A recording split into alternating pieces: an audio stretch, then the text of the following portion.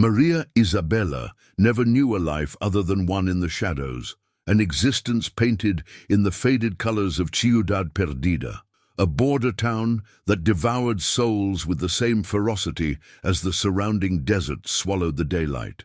She was a trans woman in 2000s Mexico, a time and place where her very identity was an act of rebellion. By day, she sewed in a small rented room, and by night, she faced the streets, not by choice, but by necessity, selling her body to finance the dream of a life where she no longer had to hide. Every saved coin was a brick for the house she would build far from there, a sanctuary of peace. Stories like mine are rarely heard, and that's why I need you. If you can subscribe to the channel, our goal is to reach 1,000 subscribers so that these voices don't get lost in the silence. Comment where you're watching from, so I know I'm not alone in this fight. Her strength came not from muscles or weapons, but from a resilience forged in the fire of daily contempt. That strength was shared with her chosen family, a small group of trans women who supported each other against the tide of hatred and indifference. Among them, Luna shone with her own light, a sister of the heart whose laughter was a balm for Isabela's wounds. They didn't have much, only each other, but in that small apartment, amidst colorful fabrics and shared dreams, they found a refuge. They promised one another that one day they would leave behind the dangerous nights and looks of disgust, that they would have a small beauty salon where they would be the masters of their own destinies, a safe place where others like them could find shelter and acceptance. It was a simple dream, yet it seemed as distant as the stars. Ciudad Perdida was a character in itself, a monster of concrete and dust.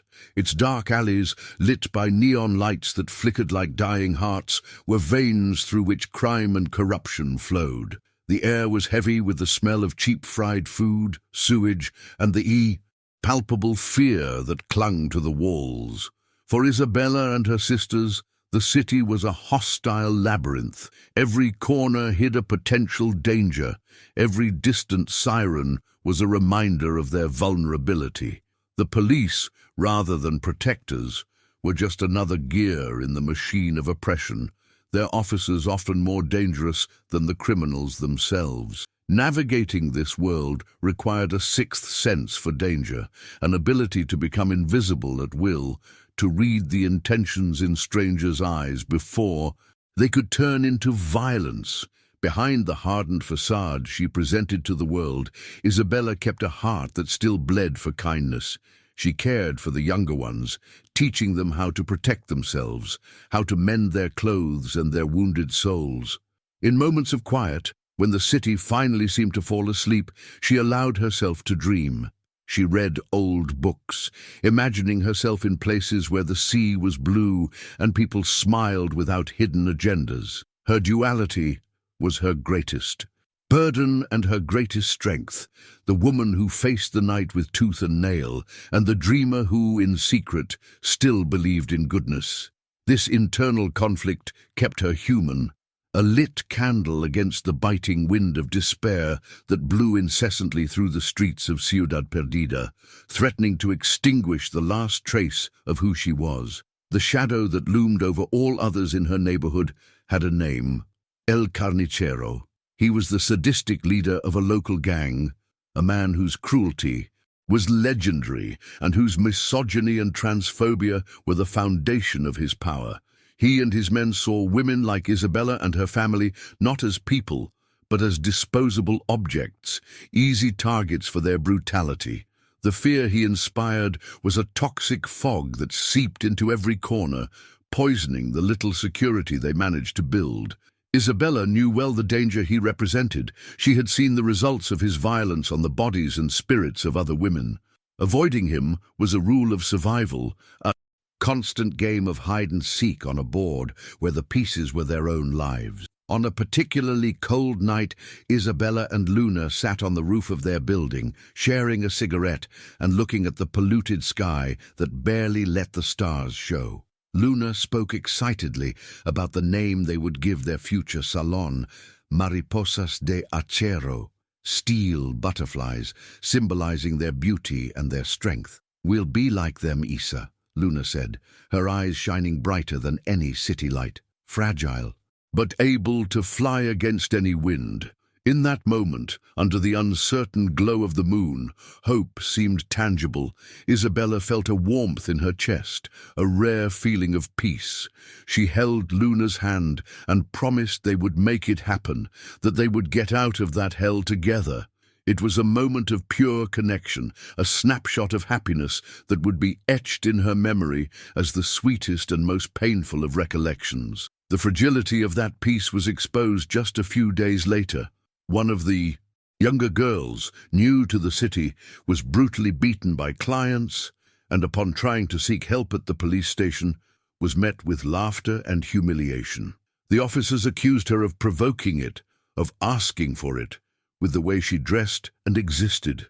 Isabela spent the night tending to her wounds, cleaning the blood and smudged makeup, while listening to her sobs of pain and helplessness. The scene was a cruel mirror of her own reality, a brutal reminder that, to the system, they were not victims.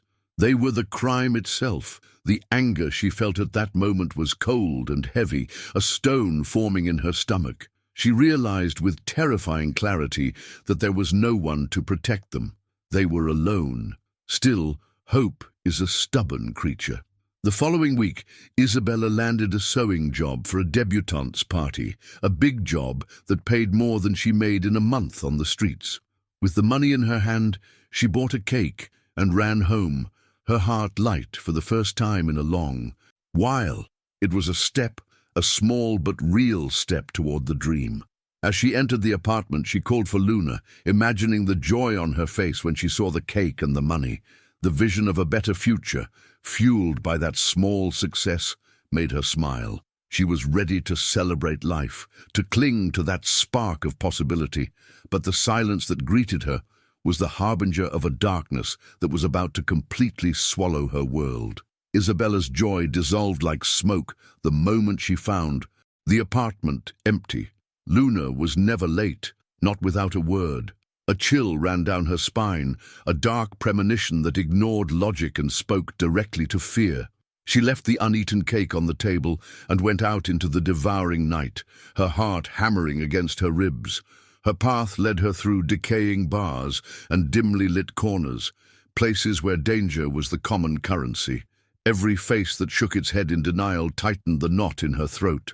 She showed a small photo of Luna, her radiant smile a painful contrast to the sordid surroundings. The initial worry turned into an icy panic that completely overtook her. The entire city seemed complicit in a terrifying silence about the whereabouts of her friend, her sister. The desperate search guided her, almost by instinct, to a dead-end alley at the edge of the neighborhood, a place known to be El Carnicero's territory. The smell of garbage and urine was suffocating, and the only light came from a bulb that flickered erratically, casting dancing shadows that seemed to mock her despair. It was there that she found her. Luna was lying near a dumpster, a broken doll thrown away. The violence of what had been done to her was a blasphemy, a desecration of her light and her joy. Isabela's world stopped spinning. The sounds of the city faded away, replaced by a deafening hum in her ears. She fell to her knees beside the body, unable to scream, unable to cry. The pain was so overwhelming it transcended tears, an open wound in her soul that she knew, with absolute certainty, would never heal. At the police station, indifference was a weapon. The beige walls and the smell of stale coffee seemed to absorb her pain and render it insignificant. She reported the crime to a middle-aged detective, Detective Morales, whose tired, cynical gaze sized her up with ill-disguised contempt. He listened to her story impatiently, jotting sparse notes on a pad. His questions were like knives, insinuating that Luna, for being who she was and for being where she was, had sought her own fate. "Girls like you live a risky life," he said, the sentence hanging in the air like a poison. Isabela felt the rage rise, hot and suffocating, but she swallowed it. There, in that sterile space that was supposed to represent justice, she understood that Luna's death would be just another file in a dusty drawer, the life of a trans woman worth less than the paper her death was recorded on. The morgue was the final station of her agony. The cold of the room seeped into her bones, a cold that came as much from the air conditioning as from the death that permeated the place. When the coroner pulled out the metal drawer and uncovered Luna's face, time stopped once more. The face, though marked by brutality, still carried an echo of her kindness. Isabela reached out, her finger trembling as she touched her friend's cold skin. That touch was the final breaking point. All her hopes, all her dreams of a better future died right there, in that frigid room. The grief that consumed her began to transform. The tears dried up and gave way to something hard, sharp, and incredibly heavy in her chest. The Isabela who dreamed of beauty salons and blue seas was buried along with her friend. What was left was just an empty shell filled with a dark purpose. Back in the apartment, the silence was a scream. The cake on the table was a monument to her lost innocence. Isabela sat on the floor of Luna's room, hugging a floral dress that still held her scent. The system would do nothing. The police didn't care. The world that despised them in life now desecrated her memory in death. In that sanctuary of pain, a decision bloomed in the darkness of her soul. If there was no justice for people like them, then she herself would become justice. She would no longer be the prey. She would be the hunter. One by one, she would find the beasts who did that to Luna and make them pay, not with the flawed justice of men, but with the only law they understood, that of pain and fear. This is my vow, my new reason for living. If you felt my pain, subscribe, because I need more people to understand what led me down this path. The days following Luna's funeral were a blur of silent, paralyzing grief. Isabela barely ate, barely slept. The apartment, once a sanctuary of shared dreams, became a cold tomb, every object a painful echo of her friend's absence. The pain, however, began to solidify, changing from a disabling fog into a core of ice in her chest. The Isabela who cried gave way to a new consciousness, a figure who watched the world through a lens of brutal clarity. She sold the sewing machine, the colorful fabrics, the few valuables she owned. The money wasn't for an escape, as she had once dreamed, but for an investment. She wasn't building a future. She was crafting the tools to dismantle the present and avenge the past that was stolen from her. The metamorphosis was deliberate and merciless. In front of a cracked mirror, Isabela cut her long hair, the curls falling to the floor like the last petals of her old identity. The vibrant clothes were exchanged for shades of black and grey, practical pieces that allowed her to move without being noticed, to merge with the city's shadows that were now her domain. She was no longer hiding from the city. She was becoming part of it. Maria was born, not as a disguise, but as the manifestation of her pain and fury.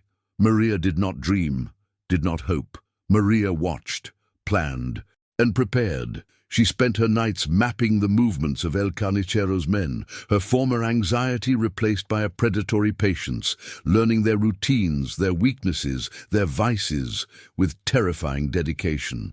Her first target was a man named Rato, the lowest on the gang's hierarchy, but known for his disproportionate cruelty and for being one of those who attacked Luna. Maria watched him for a week, learning the path he took home, drunk, every night, the bar where he bragged about his violent exploits. Every detail was a nail in the coffin she was building for him. The fear was still there, a low hum beneath the surface of her rage, but it was a cold, controllable fear. It was not the panic of a victim, but the adrenaline of a hunter closing in on its prey. She set the stage, choosing a narrow, dead-end alley, a place very much like the one where she found Luna. The symmetry was intentional, poetic in its brutality. The confrontation was raw and chaotic. There were no catchphrases, no elegant choreography. It was an explosion of desperate violence, When Rato entered the alley, Maria attacked him from behind. He fought back, stronger and heavier, but she was driven by a fury he couldn't comprehend. It was a dirty fight, full of pain and panic, but the image of Luna's lifeless face was a fuel that burned away any hesitation. Using an iron bar she had hidden, she subdued him. The act of taking his life was ugly, intimate, and nauseating. After it was over, she huddled in the opposite corner of the alley, her body shaking uncontrollably as she vomited. The relief she expected didn't come, only the bitter taste of violence and the terrifying realization of what she had just become. The duality tore her apart inside. As Maria cleaned the blood from her hands, Isabela's voice screamed in her mind. She looked in the mirror and saw the eyes of a murderer. The memories of Luna, once a comfort, now haunted her with a torturous question. Is this what her friend would have wanted? This carnage, this transformation into a monster that mirrored those she hunted? Sleep offered little refuge. Her dreams were a battlefield between the memory of Luna's smile and the terrified face of the man she had killed. Vengeance, she realized, was not a straight line. It was a dark labyrinth that led her further and further away from the person she once was, threatening to consume the very humanity she claimed to be defending in her friend's name. Meanwhile, in the same police station where Isabela had been humiliated, Detective Morales stood over Rato's body. The murder immediately caught his attention. It wasn't a typical gang settling of scores. It was something different, more personal. The brutality was excessive, the attacker's rage almost palpable at the crime scene. Morales, a man jaded by the corruption and apathy of the system, felt a spark of genuine interest. Someone was cleaning up the streets, but it wasn't the police, and it wasn't rival cartels. It was a new force, precise and motivated by something he recognized very well, a deep and burning vengeance. He didn't know it yet, but his cat-and-mouse game with the ghost of Ciudad Perdida had just begun. The brutal experience with Rato taught Maria a valuable lesson. Fury alone was not enough. She needed to be smarter, colder. For her second target, a henchman known as Hector, she changed her tactics. Instead of a direct confrontation, she used what made her invisible to her. Advantage. She infiltrated his routine, leaving small signs that he was being watched. An object moved in his apartment, an anonymous message. She planted seeds of paranoia, turning his own mind into a weapon against him. The city, which was once her prison, became her chessboard. She knew every alley, every rooftop, every shadow, using the urban labyrinth to unnerve and isolate her prey before making the final move. The second murder was surgical. She lured an already terrified Hector to an abandoned warehouse in the Port District, using a false rumor about a traitor. There, in the darkness and silence, she executed him quickly and efficiently, without the desperate struggle of the first time. The hesitation she had felt before had been replaced by an icy calm. The act was still repugnant, but the emotional distance was growing. She was learning to compartmentalize, to shut off the part of herself that felt, that regretted. As she left the body, she felt a chill, not of fear, but of self-awareness.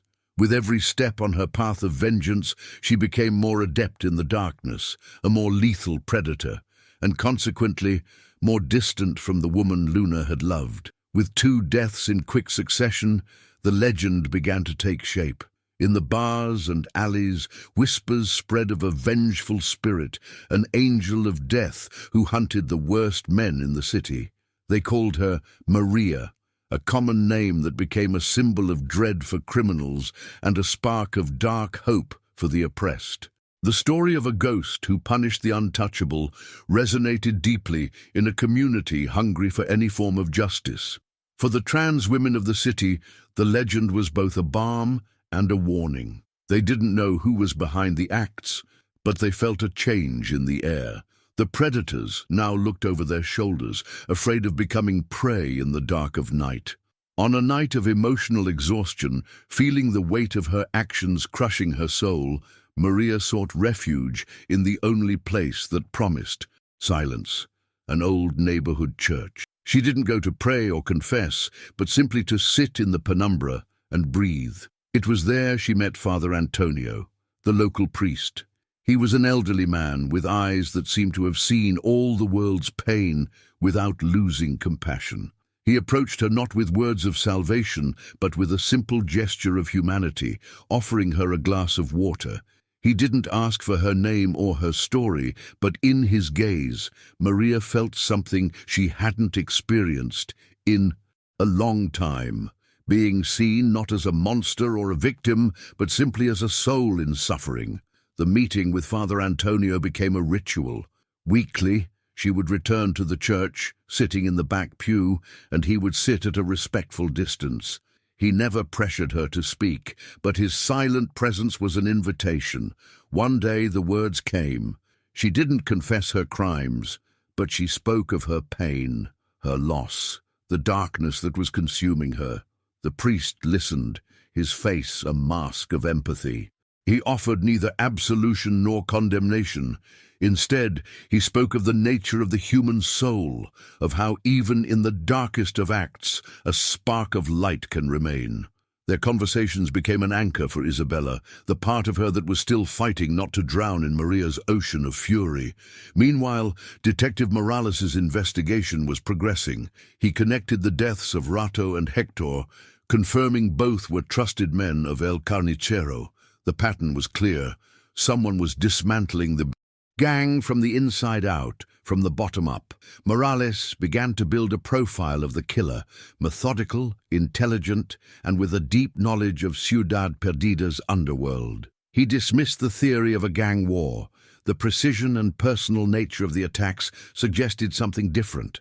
He felt he was hunting an individual, not an organization. Intrigued and somewhat admiring of the ghost's efficiency, he delved into the case, his obsession with capturing this new force growing with each passing day. Memories of Luna would assault her at the most unexpected moments. While cleaning a knife or watching a target from the darkness, the image of Luna's smile would invade her thoughts. She remembered an afternoon when they danced in the rain, laughing like children, feeling free for one brief, glorious moment. These memories were a double-edged sword. On one hand, they fueled her determination, reminding her of what was stolen and why she fought. On the other, they were a torturous reminder of the joy and lightness that had vanished from her life forever. Each happy memory was a painful counterpoint to the darkness of her present, deepening the cracks in her soul and making her question the price of her bloody journey. The next target was El Carnicero's right-hand man, a man named Marco. He was smarter and more paranoid than the others, rarely exposing himself. To get him, Maria knew she would need bait. She devised a complex plan, using the gang's greed as her main weapon. She spread a rumor about a large, unguarded drug shipment, a prize too easy for Marco to ignore. It was a calculated risk, requiring her to get closer than ever to the center of El Carnicero's web. The preparation was exhaustive, every detail meticulously planned. For the first time, she wasn't just reacting with fury, but thinking several steps ahead, like a strategist on an invisible battlefield. The night of the trap was a trial by fire for her nerves. The plan almost fell apart when an unexpected police car patrolled the area, forcing her to improvise. Hidden on a beam above the ambush site, her heart pounded uncontrollably. Marco and his men arrived, and the tension was almost unbearable. At the right moment, she sprang her trap, creating the chaos and confusion she needed to isolate her target. The ensuing fight was intense and desperate. Maria suffered a leg wound, but managed to complete her mission. The escape was a breathless race through the dark streets. The pain in her leg mixing with adrenaline, leaving a trail of blood she prayed the night would hide. During her hurried escape, limping from the pain, she passed through an alley and nearly collided with a man leaving a bar. For a split second, her eyes met those of Detective Morales.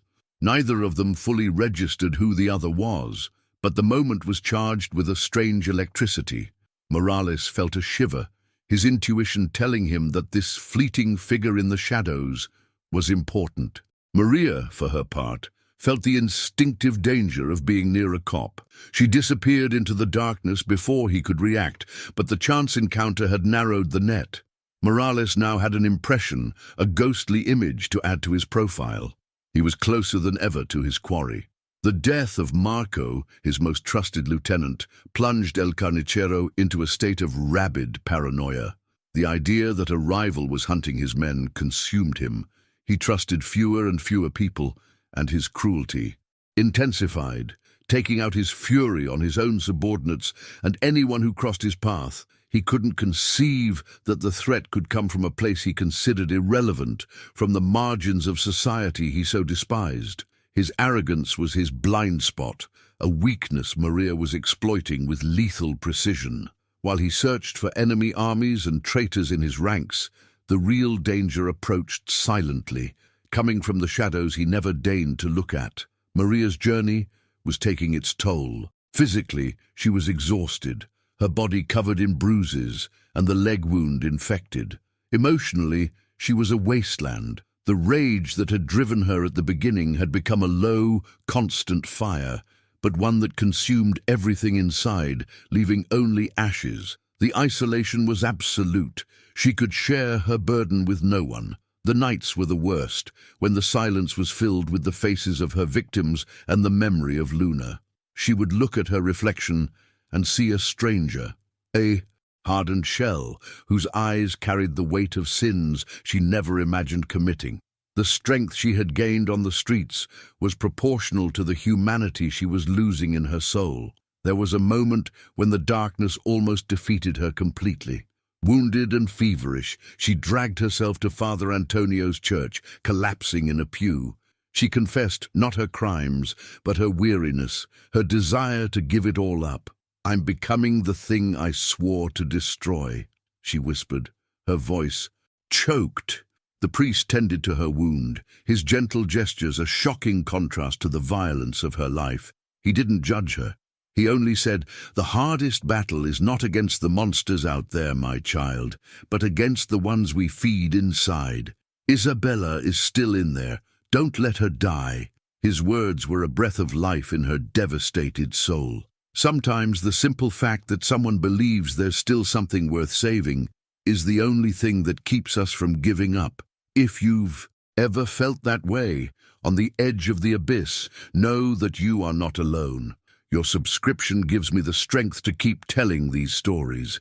The conversation with the priest rekindled a small flame.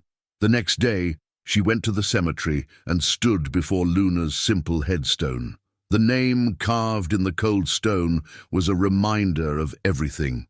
She traced the letters with her fingers, and the memories came, not with the sharp pain of before, but with the clarity of her purpose. She wasn't doing this for hate, but for love, a love twisted by pain, transformed into violence, but love nonetheless. She remembered the promise she made in the silent apartment, the vow to Luna.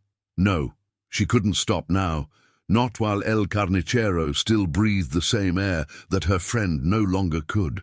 The mission was the only thing keeping her on her feet, the only legacy she could leave for Luna's memory. Detective Morales was not giving up. The fleeting encounter on the night of Marco's death had left him a clue. The trail of blood Maria had left led him to a neighborhood pharmacy where she had stolen medical supplies. The terrified pharmacist gave a vague description: a slender figure, quick movements, eyes full of pain. It was the mention of the eyes that caught Morales's attention. He began to connect the revenge with a deep loss. His investigation shifted focus, moving away from the usual cartel suspects and toward the forgotten victims of El Carnicero's crimes. He started digging through old unsolved case files, searching for a victim whose loss could fuel such a great rage. With her body recovering, Maria changed her strategy once more.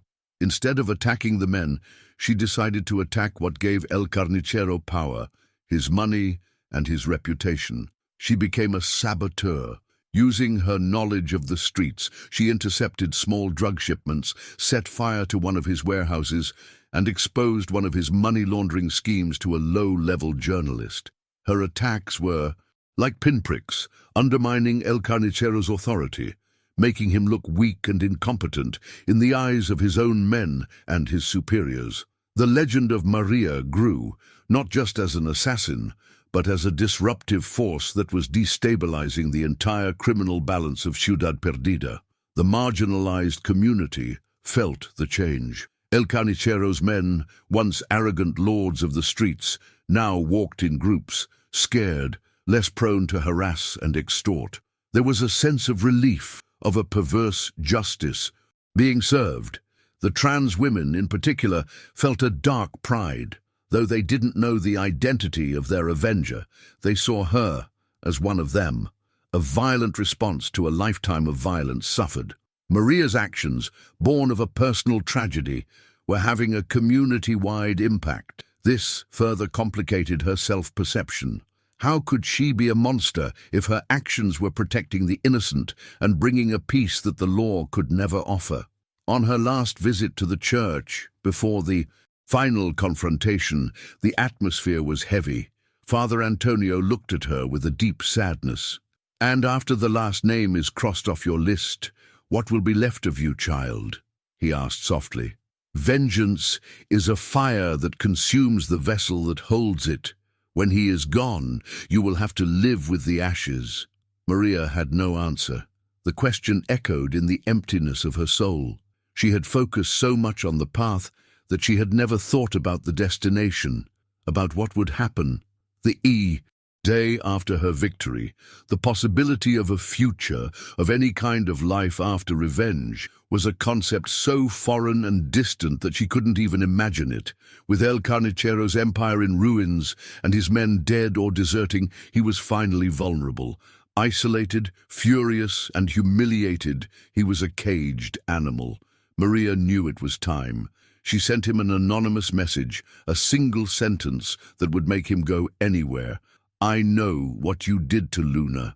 She summoned him to the exact place where it all began, the fetid alley where her friend's life was stolen and her own journey into darkness was born.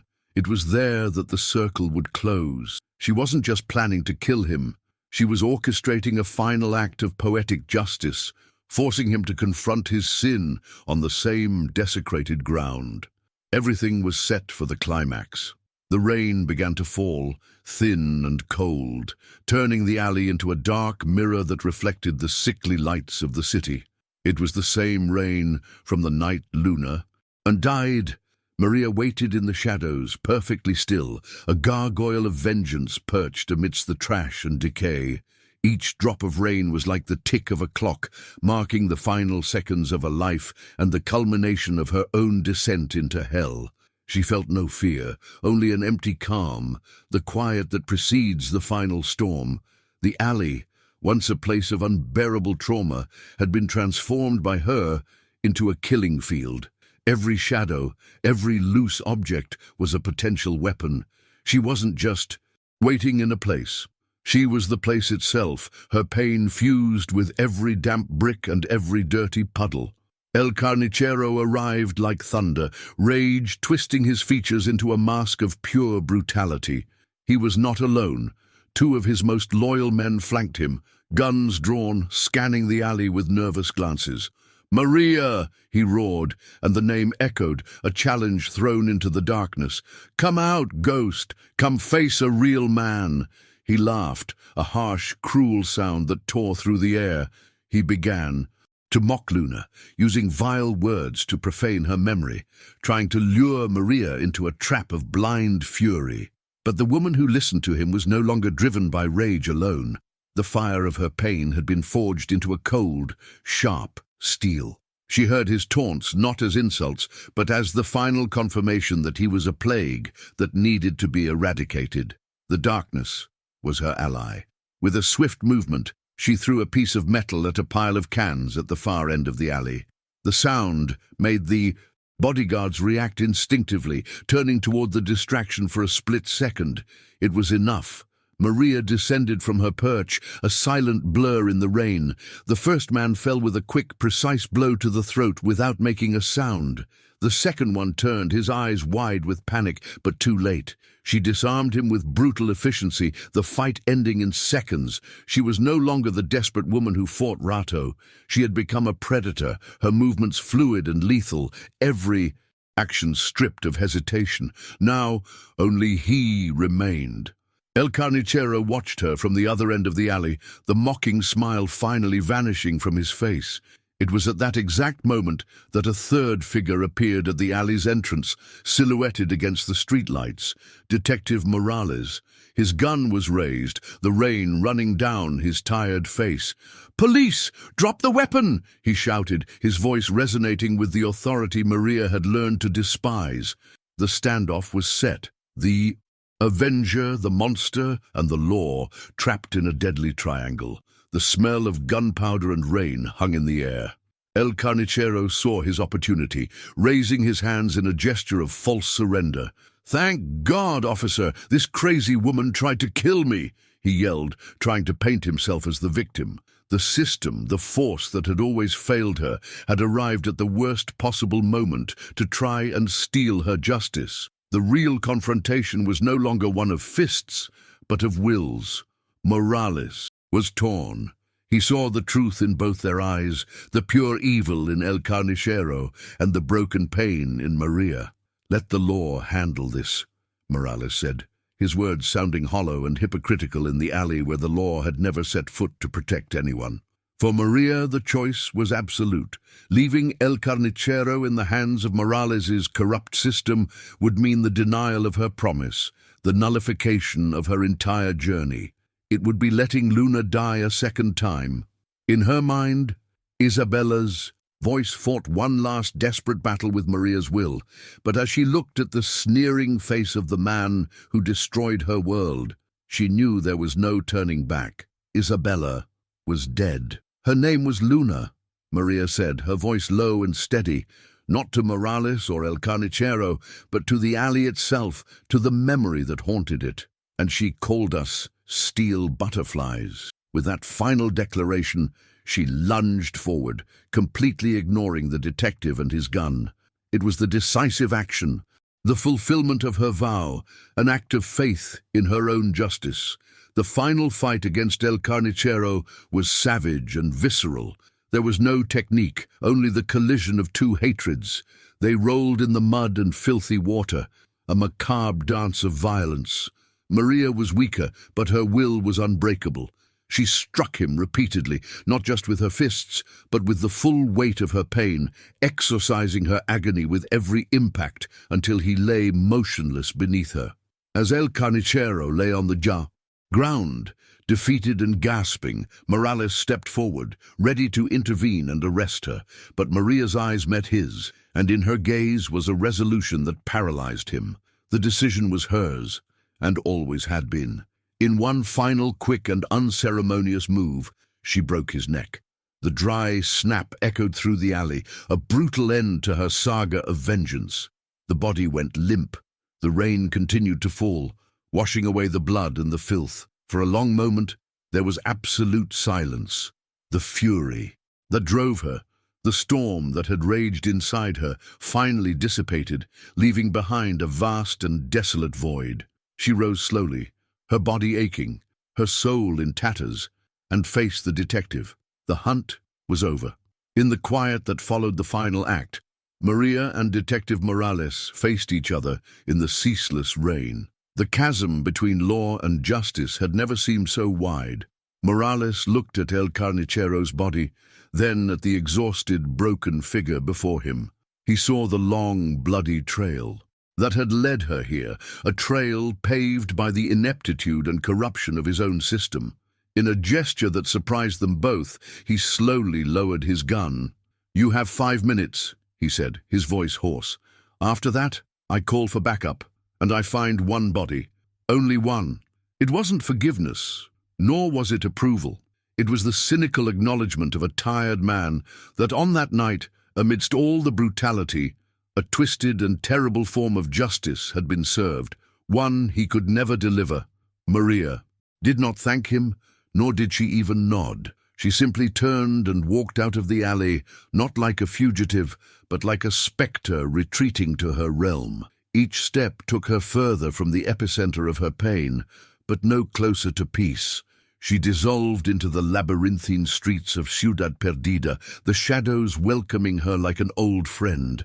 The woman known as Isabela, who dreamed of the sea, and the legend known as Maria, who wielded vengeance, died together in that alley. The figure that emerged was just an echo, an empty shell condemned to wander, haunted not by the men she killed, but by the woman she used to be. She became the ghost they all feared, a story told in whispers, forever a part of the night. In the following months, a new equilibrium formed in Ciudad Perdida.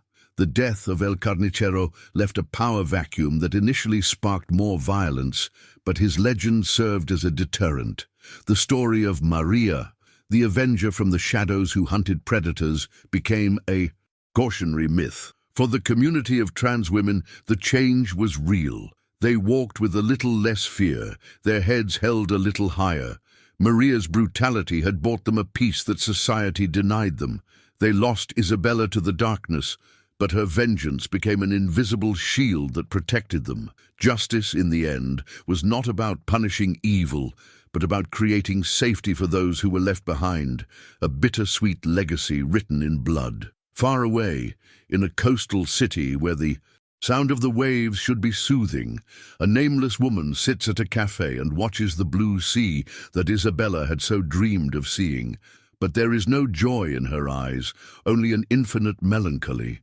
She is safe, she is free, but the peace she brought to others found no path to her own soul. The emptiness Father Antonio warned her of is her only faithful companion.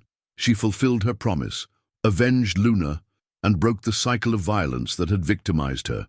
Yet, in becoming the monster necessary to hunt the world's monsters, she sacrificed her own humanity. The end of her journey brought her no redemption, only the desolate realization that some wounds are so deep that not even revenge can heal them. Isabela's story is a dark reminder that the system meant to protect us often abandons us, forcing the oppressed to seek their own terrible justice. The price of that justice is almost always the self. She became a symbol, a steel butterfly that flew too close to the fire and had its wings burned, also that others could fly in a slightly safer sky.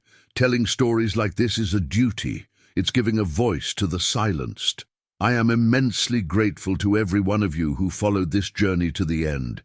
If her story touched you, please subscribe. Help me ensure that more accounts like this, which live in the shadows, can finally find the light and be heard.